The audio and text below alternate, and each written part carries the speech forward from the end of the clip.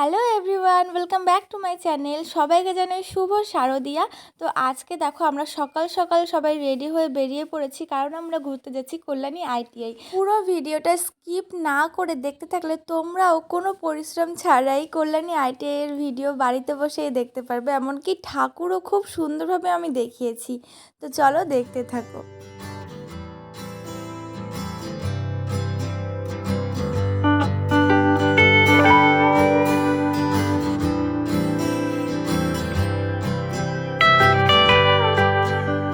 দেখতে দেখতে আমরা কিন্তু কল্যাণী স্টেশনে নেমে পড়েছি। তোমরা যেদিক থেকে আসো, কৃষ্ণনগরের দিক থেকে যে শিয়ালদার দিক থেকে, নামতে হবে তোমাদের কল্যাণী স্টেশনে। তো এখানে নেমেই পুরো ভিউটা দেখিয়ে নিলাম যে কতটা বড় স্টেশন।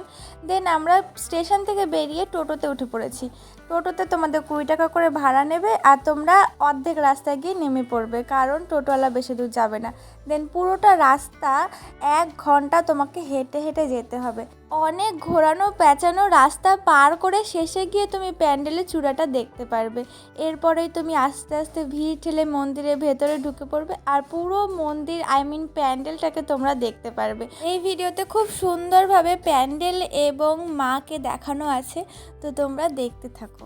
আশা করছি তোমাদের এই ভিডিওটা দেখার পর আর এত ভিড় ঠেলে কল্যাণী আইটিআই গিয়ে ঠাকুর দেখে আসতে হবে না। আমার সমস্তটাই এই ভিডিওটা দেওয়া আছে।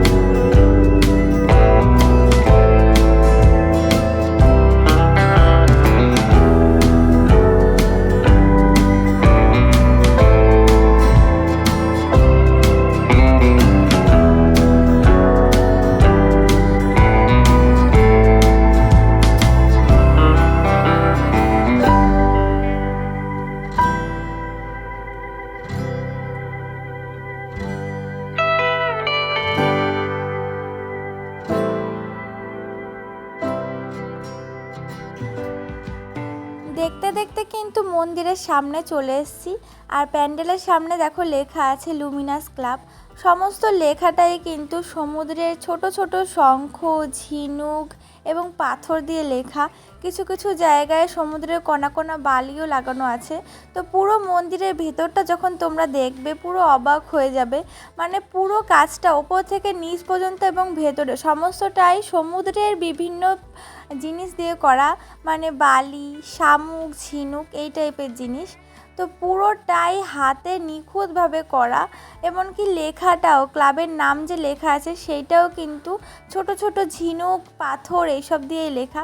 তো খুব সুন্দর হাতের কাজ, মানে সবাই মিলে একটা এমন সুন্দর জিনিস ফুটিয়ে তুলেছে। আমার তো খুব সুন্দর লেগেছে দেখতে।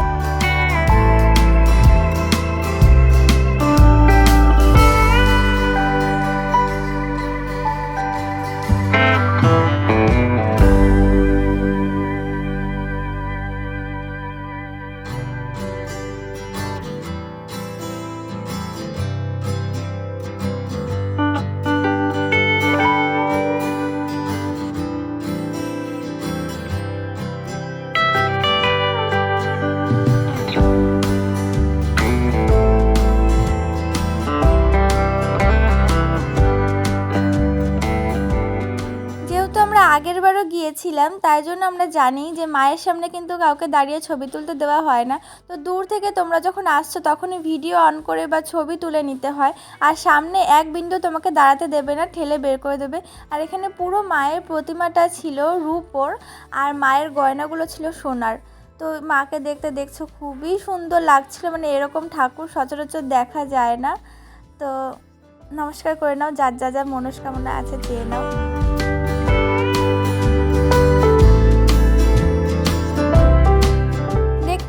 মায়ের সামনে গিয়ে কিন্তু আমাদেরকে দাঁড়াতে দেওয়া হয়নি, ঠেলে বের করে দেওয়া হয়েছে। তো এখানে এসে দেখছিলাম যে মেলা বসেছে বেশ ভালোই। আর এই নতুন জিনিসগুলো মেলায় উঠেছে, ওয়াল হ্যাঙ্গিং, যেগুলো আমার খুবই সুন্দর লেগেছিলো দেখতে। বাট এগুলোর প্রাইস অনেকটাই বেশি চাচ্ছিলো, তার জন্য কেনা হয়নি।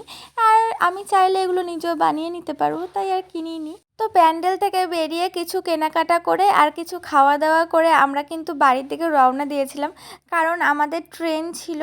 তো আমরা আর প্যান্ডেল দেখতে পারিনি। আসার পথে দেখলাম যে টোটোর ওখানেও অনেক বড় লাইন পড়েছিল, তার জন্য আমরা আর বেশি দূর দেখিও নি, আমরা চলে এসেছিলাম।